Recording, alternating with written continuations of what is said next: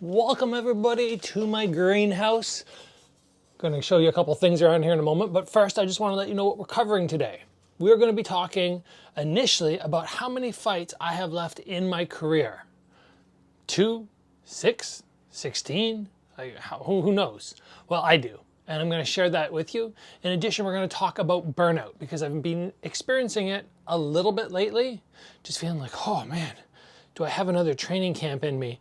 And this is not something new. I've experienced this in the past, so I have tips to help you guys in case you're experiencing this in terms of your training or in terms of just wanting to compete. So we're going to cover all of that. But yes, first, welcome to my wild greenhouse. It is just chaotic right now because this grapevine, look at this, right here. Got my little grapes. They are fantastic. I decided to let them just go this year. Trim them back a little bit and they've just taken over. In addition, I have other crazy things like all this hazelnuts that I got off the property that I need to go and crack. So it's a fun space to hang out. It's nice and warm in here, obviously, being a greenhouse. And just decided I wanted to hang out in here today. So let's talk first about how many fights I think I have left in my fight career. Just straight up, no beating around the bush, 2 to 8 fights. I know that's a big spectrum there. Why 2?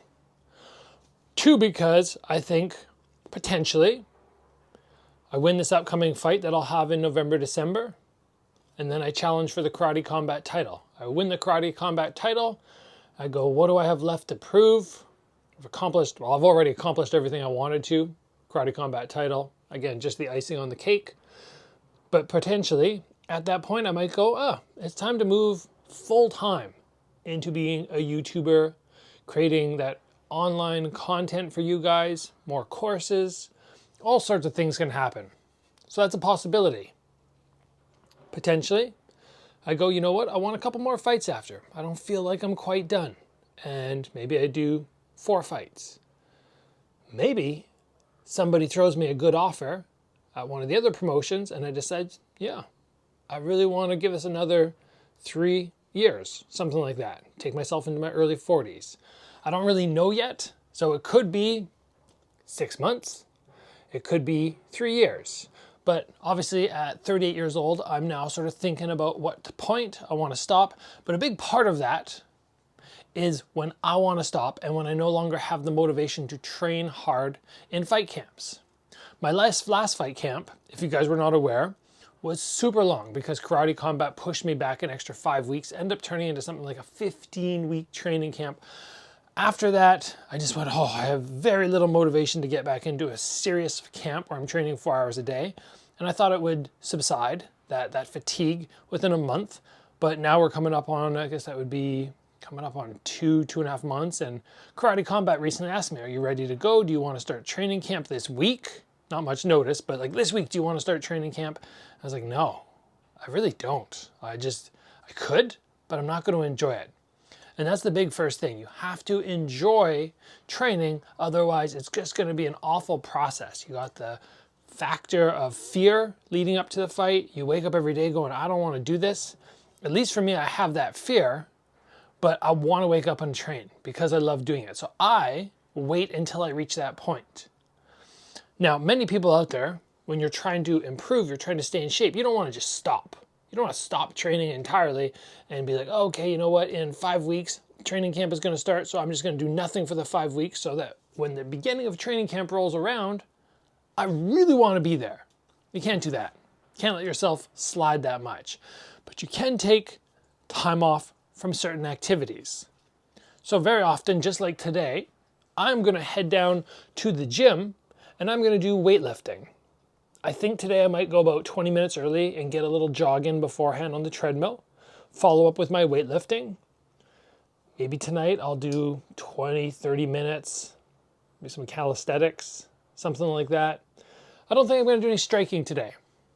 I got some sparring later this week, helping out some guys who have fights coming up.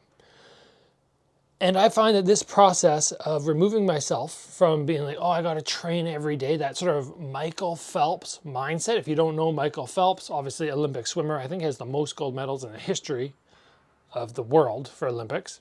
Any sport, any time, which is impressive considering there's been like 2,000 years of Olympics. Anyway, he said for 5 years, 365 days a year, he was in the pool. And he accredits his success very much so to that. On the days you don't want to be there, you still go. I understand that mindset, but I also know it is draining, it is fatiguing, and the difference being if you don't want to be at the gym and somebody's trying to punch you in the head, that is when mistakes happen, that is when concussions happen, and that is a terrible road to take. We have to be smarter. Swimmer goes in, what's the worst that happened?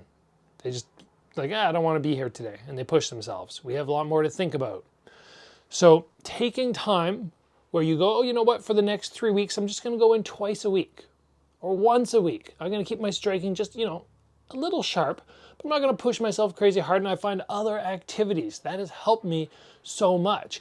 If you don't like that process, and you're like, no, I don't want to take time off the gym, but I know I'm still going to burn down, challenge yourself in new ways at the gym. Don't go in and do what you always do. Maybe you go, you know what, I'm going to learn southpaw stance. I'm going to learn how to compete out of there. I'm going to try different guard positions. You challenge yourself for that time where you're trying to revitalize that urge to get back into the gym and push hard in your normal fight style. That is what I do. And it seemed to work very well for me. So at the moment, I'm waiting for my next fight. I'm waiting for a date that I like where I go, okay, you know what? I really want to get back into training camp. It will happen this year. I'm not going to let myself just go, okay, yeah, I'm only going to do one fight this year. And no, it'll happen. But I think starting camp in 2 weeks or 3 weeks, I'll probably start getting that itch that, it's time to go. And like I said, in terms of how many fights I'm going to have left in my career, 2 to 8. I'm pretty darn sure it's going to fall in between those numbers. And again, that could lead me to being in competition at a pro level for another 6 months. It could mean another 3 years. But I'm always smart and I'm always aware of how my body's feeling, what my motivation levels are. Financially, yeah, it's nice competing, but they honestly don't pay me enough where I'm like, oh yeah, I have to keep competing to make a living.